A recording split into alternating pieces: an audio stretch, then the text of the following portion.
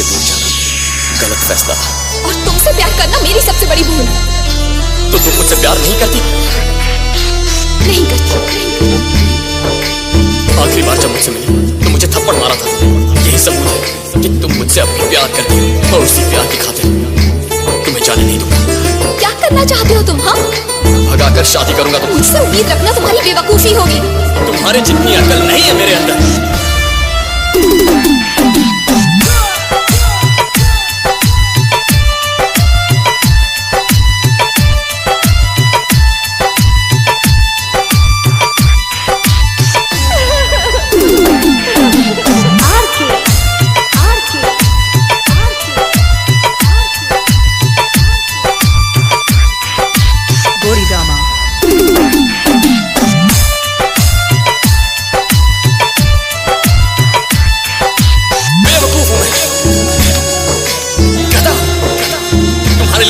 तुम्हें समझ में वक्त लग गया।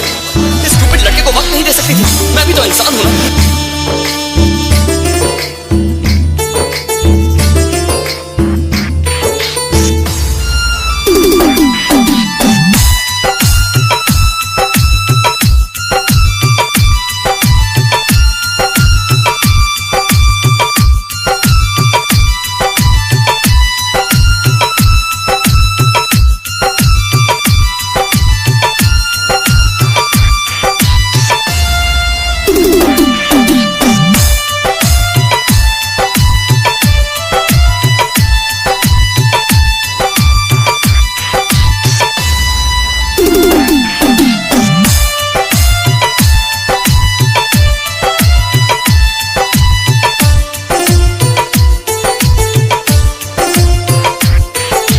कभी किसी से जुदाई का जिक्र ना करना, इस दिल से कभी रुसवाई मत करना।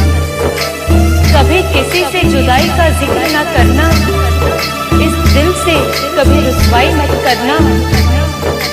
जब दिल भर जाए हमारे रिश्ते से तो बता देना, ना कहकर बेवफाई मत करना।